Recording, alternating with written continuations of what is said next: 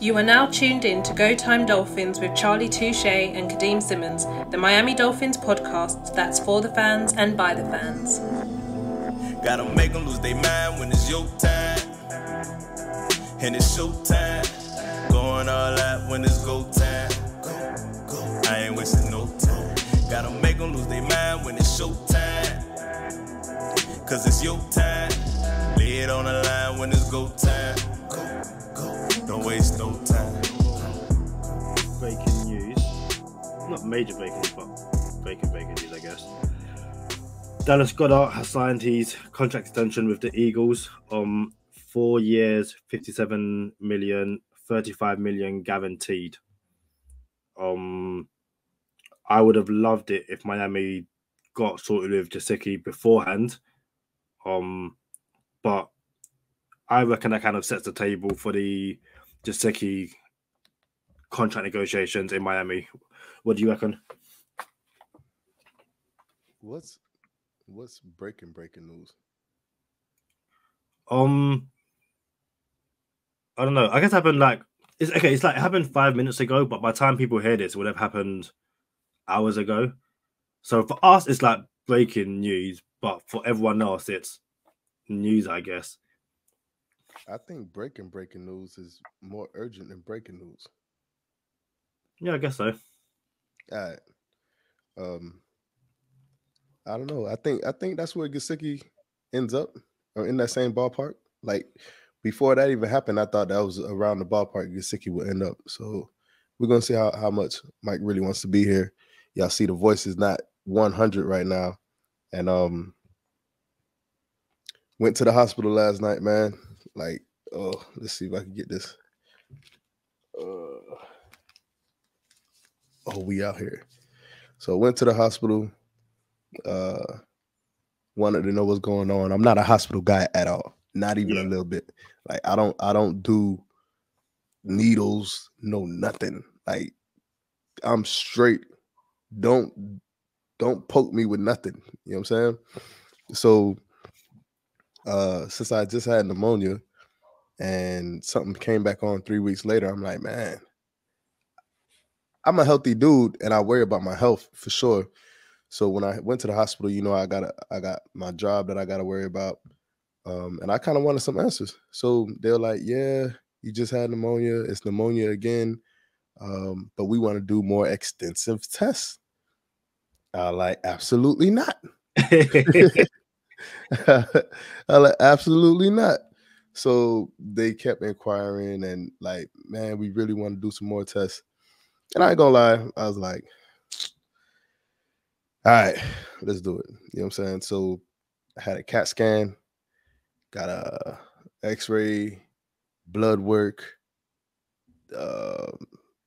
IV, swab for the flu, swab for COVID. Man, bro, I was in the hospital all morning. I got out of the hospital yesterday morning, straight up. So they said everything checked out. We just waiting for the COVID results. But it is what it is. The voice is not 100. And it's crazy that I was not sick for 6 years, but I've been sick twice in 6 weeks. That's wild. Could it just be like everything's catching up with you in terms of just all the flying, the busy, long hours? Is it just your body just saying you need to relax? Like obviously you're now off, or you're going back to Miami, which is like, shout out to everyone in Miami. Hopefully we're safe. Like the flooding over there looks bad, like really, really bad. Because I only said it from like my own personal experiences. When I'm tired and my body's exhausted, I'm more susceptible to being ill, I guess. So, you know how they give you the pills, the antibiotics, and they say when you start feeling good, keep using these. Like, do not stop using them. Keep using them till they run out, right? Yeah, we said on the last episode, like just finish the whole tub packet, whatever you get, I guess. Yeah. I think we had stopped recording when I mentioned that to you. But so yeah, I was feeling better and I kept using the antibiotics until they ran out. And all right, whatever. And my cough got a little faint and I was pretty good.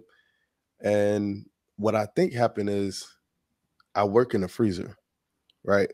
and it's either 0 degrees or oh yeah, you guys Fahrenheit. So so it's either a freezer or a refrigerator.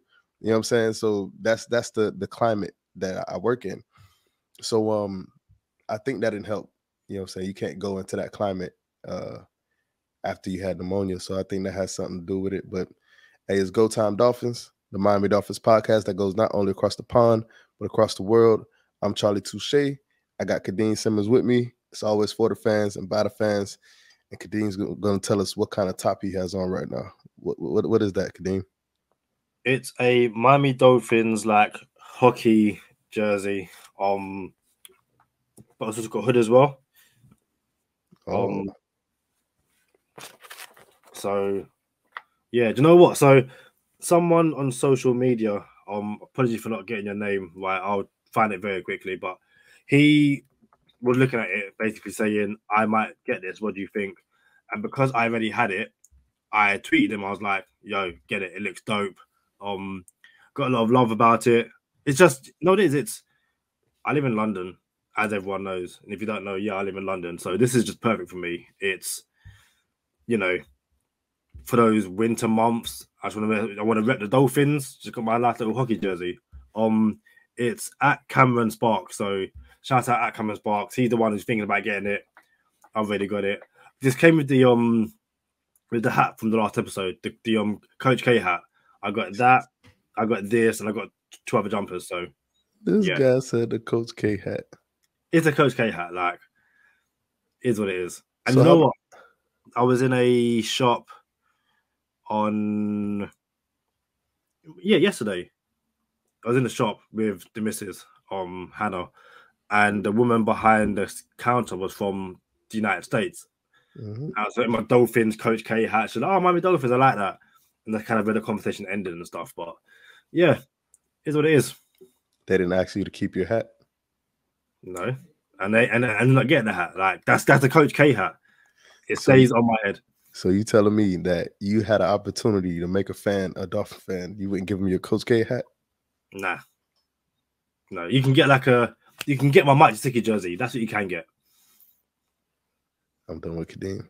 So what's up, man? It's Fins Up Friday. What's up with the Jets preview? Oh, it's the Jets. Like, I want to show. Listen, any given Sunday, you want to show the other team respect, but it's also a team who over the last few years, the Dolphins have had no trouble with. Like they've beaten a Joe Flacco Jets team. I think it was last year. It's the game, not so much this version of the game, but it's the game in which Tua made his debut against the Jets. Like we've shot at the Jets recently. Like it's a game in which I'm going into this game, completely calm, at ease. I'm not worried about it. To me, it's let's continue showing the rest of the NFL we are an ascending team. Let's try and get more touches to Myles Gaskin. Like this is the kind of game where you don't want to be disrespectful and try things out, but let's try and get a run game going. So yeah, the Jets are the one team which I'm not worried about playing. Even with the new head coach, they have Joe Flacco at quarterback, and the way the defense is playing at the moment, I think we're going to cause them a lot of problems. It's Joe Flacco, like not the Joe Flacco of 8 years ago. It's Joe Flacco. Didn't we smack Joe Flacco last year? Yeah, I'm pretty sure we shut him out. I think there was a clip going around of Joe Flacco throwing a pass and Xavier Howard intercepted. I think the score was like 24-0 at that point. I'm pretty sure we shut out the Jets with Joe Flacco starting. Yo, take the points in this game. We're gonna cover. Dolphins are gonna cover this game for sure. I like it. This is one of those games. You seen that Tua clip where he was talking about his touchdown dance? Yeah. Again, so back in the day, me and my dancing background, I knew all the dances. As I'm older now, and your dancing background. Yeah, like there wasn't a dance I couldn't do, but as I'm older now, all these new dances, I don't have time to keep up. Hold on, Kadeem. Yeah. So you're a dancer? I used to be, yeah. So you used to be a dancer? Yeah. So you got a banana hammock? No. But just see, this guy's got jokes, and it's fine. It's fine. I ain't saying nothing. You know, I thought, obviously, like I said, the episode of Share Why Steve, I wasn't on there. You was throwing shots at me. I wasn't there to defend myself. At least I'm not here to defend myself. But I'm not gonna rise to the bait. I'm just gonna, play it calm, keep on going. I'm gonna be the quarterback. Not gonna get too high. Not gonna get too low. Just straight and narrow. Straight and narrow. Okay. I tried to tell that to Steve, man. Steve was like, how come Woody, why does Woody got to be the lame one? I'm like, bro, he can't get too high, can't get too low. If he gets too excited, can you imagine if Tua was waving the flag like Javon Holland after a win and you're only 3-7? Can you imagine that? Everybody would have killed him. 3-7, all that kind of stuff. It's like, yo, shut up. Yeah. Although, very funny. So the video clip, the camera work of him doing that dance during the game, if you notice it, Jesse Davis kind of like blocked the camera. So you kind of only see bits of it. And people making jokes on social media saying that's the best blocking that Jesse Davis has done all season. Man. Yeah, like it's just the Dolphins are allowed to be taking shots all season. And there's nothing you can do about it, but I thought that joke was kind of funny. Listen, this whole Tua's not a leader. You can tell that even given the circumstances he's been going through, he's still feeling himself. He still knows that I'm still the guy. If the Dolphins don't want to believe it, that's fine. But I've still got the belief in myself, both on and off the field. And it's good. I like seeing this Tua. I wish we've seen this Tua all season and not had a team trying to batter him, kick him while it like Tua's a happy person. So for me, it's seeing these dances, seeing, the high fives. It makes me happy as a fan. Bro, this is probably the third episode in a row where I'm gonna say this team is not playing, and they're not playing like they gave up on the season, or they do not display a broken chemistry type of team. Like you can tell that they're still excited. They still like each other. They still want to be around each other. They're still friends. They're still enjoying each other. Like they still want to play the game. You can tell. So when Tua is having the media availability and he's chilling, cool, and clowning, like that doesn't come from someone who doesn't want to play, or a locker room that isn't connected. So, man, look, I believe this team can get it turned around. It's unfortunate that we got behind the 8 ball early, but Mike Gesicki said we was close. And when we was close, it was like, when he said we was close, everybody's like, close to what? And I felt them like, yo, if a couple calls go our way, couple punts between people's legs go our way, it's a whole different ball game. So we're close. I know everybody don't want to hear it, but we're close. Again, it's like when the team were in London after the game, and Jerome Baker, they were talking about the locker room and stuff like that. And I said in the podcast, I was like, Jerome Baker, without being prompted, without being asked about it, was like, we're still behind Coach Flores. And I was like, you don't say that unprompted if you're not behind him, because no one is. You've seen enough losing teams across various sports where everyone knows, the coach is going to get sacked, and the guys are like, we're still behind him, all that kind of stuff, because they've been asked, what do you think of the situation? The journalist did not ask anything about Coach Flores, but Baker was like, yeah, still behind him, all good. And again, I know Baker rubs a lot of people up the wrong way. People think that he got paid too much, all that kind of stuff. I think Baker's having a nice season. So again, it's the one thing with this Dolphins team under Flores is that they're going to start slow. We all know that. But at the same time, if you just believe that, like he always turns it around, and it's this team told you they were close. They told you they believed in the philosophy of what the team were building. Media told you that Flores was about to get fired. Tua wasn't the guy, all that kind of stuff.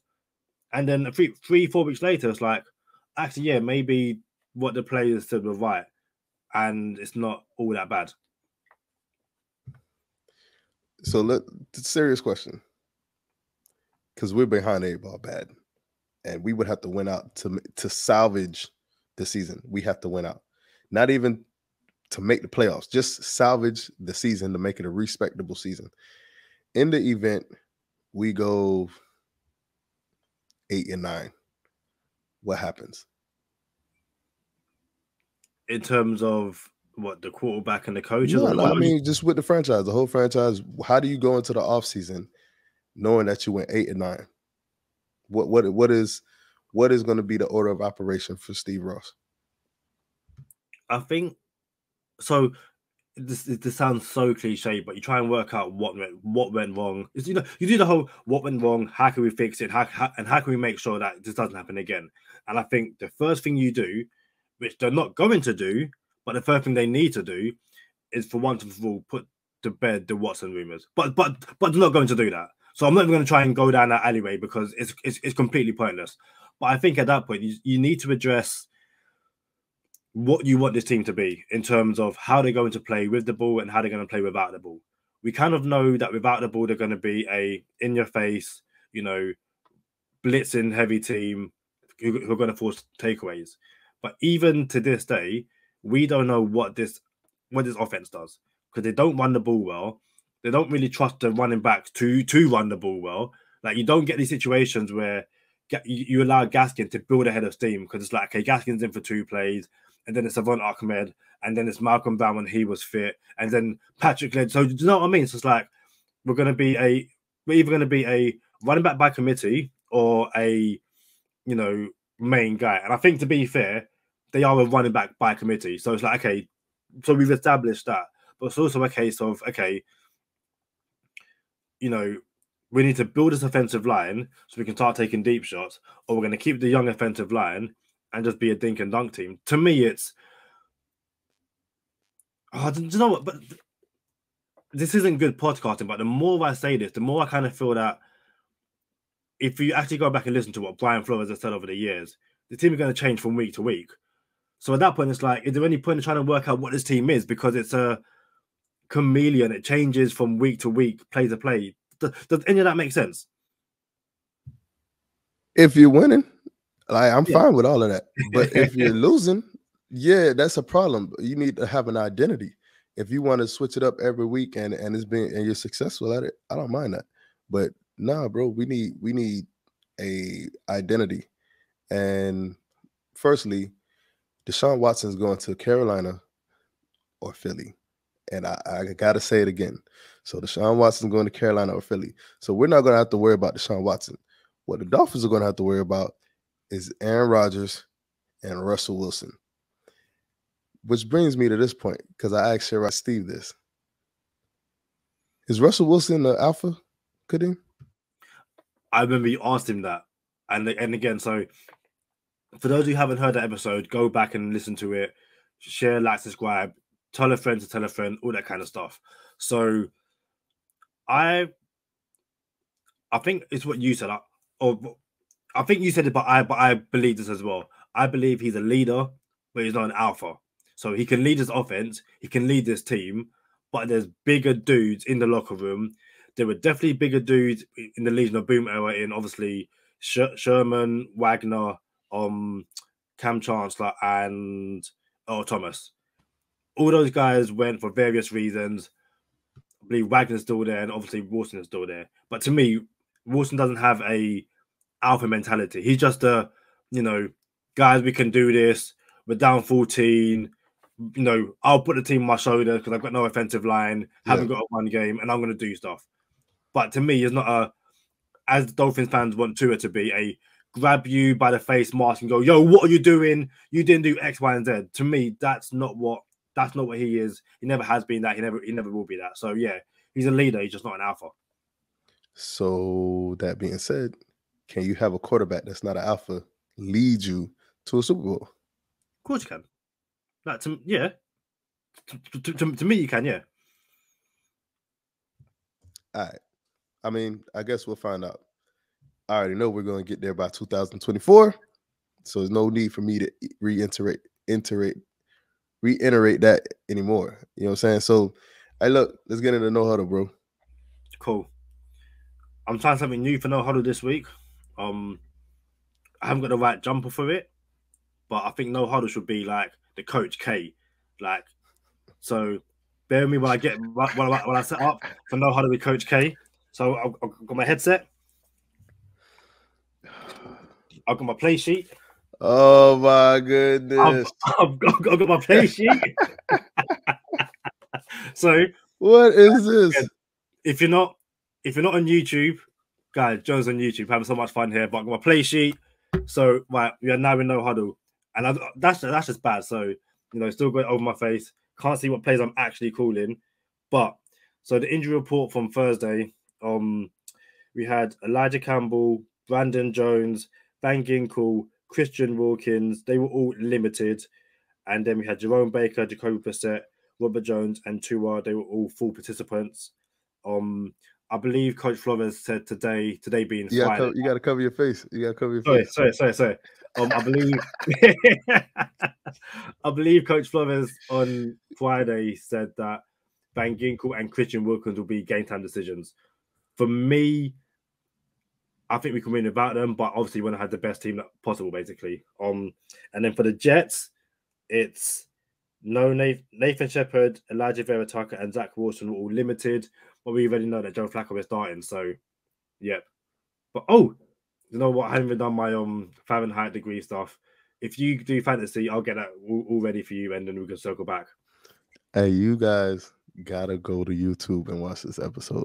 Hey, Kadeem is a masterpiece right now, bro. Like this guy, Coach K is in the building. LL Cool K got a chick. It's crazy, man. Like this is wild, man. Wild times. Fantasy football. Myles Gaskin needs 20 touches. Can my dog get off? Start him. He's gonna go off eventually. Like he needs more touches. We should put up 30 points on the Jets. If you put up 30 points on the Jets, Gaskin's gonna eat. Gesicki, he's gonna get his touches. We already know that. That's all I can really trust is Gesicki and Gaskin. But I would start Tua this week. So you're safe with the three-headed monster, Tua, Gaskin, and Gesicki. If you need a kicker, you need a kicker. If you want to take a chance with Jason Sanders, that's cool. I don't know how many field goals we're going to be kicking because I expect we're going to be scoring more touchdowns. So start the Dolphins defense. If you need a flex kicker, go ahead and flex Jason Sanders. But Tua, Gesicki, and Gaskin are your go-tos. I'm not starting nobody on the Jets. They might not even have 10 points this game. And I might have said that last time we shut them out.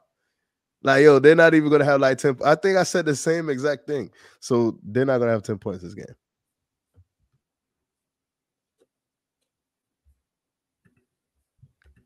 What you got, Coach? So very quickly,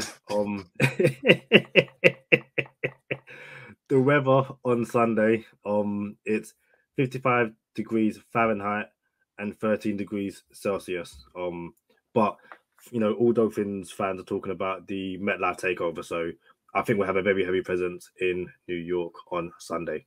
But that's it for me. Yeah, so we said 55 degrees. I like, this game got to be in New York because it barely ever gets to 55 in Miami. Bro, what is that? Your play sheet. What is that, bro? What is that, a menu? No, it is the Miami Dolphins. Because the Miami Dolphins press box notes from the game against the Jags. This guy got the play sheet. It's the most official NFL stuff. You obviously got the little Dolphins there. And then the other side, I've got two pieces of paper. So the other side is the team news from the Jags game. Bro, you got a play sheet, bro. This is hilarious. Oh my goodness. Hey, follow us to bonus time, man. Y'all know what time it is. Stay positive, test negative. For Kadeem Simmons, I'm Charlie Touche. Thank you for tuning in this time. Make sure you catch us next time on Go Time.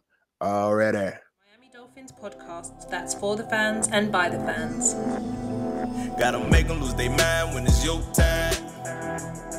And it's show time. Going all out when it's go time. I ain't wasting no time. So for bonus time, what were you thinking? Because I had an idea, but I didn't know if you had anything. No, go ahead. Shoot. So the Patriots beat the Falcons, the Buns Falcons. They showed how buns the Falcons really are. And the narrative after the game has been, Mac Jones is amazing. He's, potential rookie of the year. all that kind of Mac Jones hype. And Dolphins fans, rightfully so, have turned around and gone, but what you guys are praising Mac Jones for is what you basically have slandered Tua for the past 2 years. So Mac Jones, I think, threw for just over like 200 yards, maybe that's like 210 yards, 1 touchdown, 1 interception. It's a very dink and dunk game from the Patriots. But when Tua does that, it's timid. It's timid Tua. He doesn't throw downfield. And when the defense shuts out, a team and gets a pick six and loads of takeaways, for the Patriots, it's like, well, that's brilliant. Mac Jones didn't turn the ball over, all that kind of stuff. But when it's the other way around, it's like, well, the defense is carrying Tua. So, interested to know your thoughts on the whole Mac Jones v Tua thing. It's not a thing, but just the media narrative behind Mac Jones's good start in New England, and Tua had a similar start, but didn't get any love. That's what happens when you win games. If Tua won games with those numbers, it'd be a little bit different. But Josh McDaniels makes it way easier for Mac Jones. That touchdown was a wide open receiver. That it was like a drag, and it was a busted coverage, and there was nobody 10 yards around this receiver, and he ended up walking into the end zone. So I was watching a couple other plays. I'm like, these dudes are schemed open. You know what I'm saying? They're schemed open. They're not tight window throws. They're not, Mac Jones is shredding up the defense. These boys are schemed open, and it's from a seasoned offensive coordinator. That's all. Like, this has no hate, no bias. It's just, Josh McDaniels is nice. And whoever the quarterback is going to be in New England, they're going to be safe with Josh McDaniels as OC. Yeah, but I think it's also like, Mac Jones has like 7 wins now, is it? Mm-hmm. And people say, dynasty quarterback, they're going to go, all that kind of stuff. It's like, Tua had 7 wins in his rookie season. Like, Mm-hmm. and that's the thing. Like, Dolphins fans are saying, these are the things that you had to go at Tua for last season, but you're not having to go at Mac Jones for. Now, granted, of those wins, you always had the Broncos and the Raiders game. He didn't start season, all that kind of stuff. But, after week 1, and again, it's week 1, so I don't want to judge a quarterback on, after one game. But after week 1, people were saying about Mac Jones didn't look too good against that Dolphins defense. And again, I'll be very interested to see what happens when we play them next. Like, to me, it's, when you got Bill Belichick as your head coach and Josh McDaniels as your OC, it's going to be easy for you. They're going to make it easy for you, So for me, it's more a matter of, I think people can clearly see now that Tua's circumstances haven't been the best, but he still managed to, pull out wins, put the team on his back where necessary. And it'd be interesting to see if you swap the 2 players, Mac Jones and Tua. You give Mac Jones this Dolphins team and Tua that New England team. What it's going to be like. But again, I just find it interesting because Dolphins Twitter just been like, yeah, once again, like Mac Jones is dinking and dunking down the field, and you guys are calling him Tom Brady 2.0. And yet Tua done that and he's calling him timid, and Dolphins have to go get someone else. Listen, my number 1 rule of thumb is switch them. Put Tua on the Patriots and put Mac Jones on the Dolphins. Do you think we'll be more successful with Mac Jones right now, or would it be the same outcome? Do you think Tua will look like Mac Jones or better or worse in New England? You know what I'm saying? Like, just switch them. Like, same thing with Najee Harris. Do you think he'll be like this all-pro running back for the Dolphins just because he's a Dolphin? No. Like, we have a terrible O-line. So it's hard to have that conversation with people who just, we should have went and got this player. Look at Jalen Waddle. I'm pretty sure if Jalen Waddle went to any other team, he'd be eating it up with long balls right now. He would. And we have to throw 4-yard routes to Jalen Waddle all the time. But we had this conversation before. Yeah, definitely.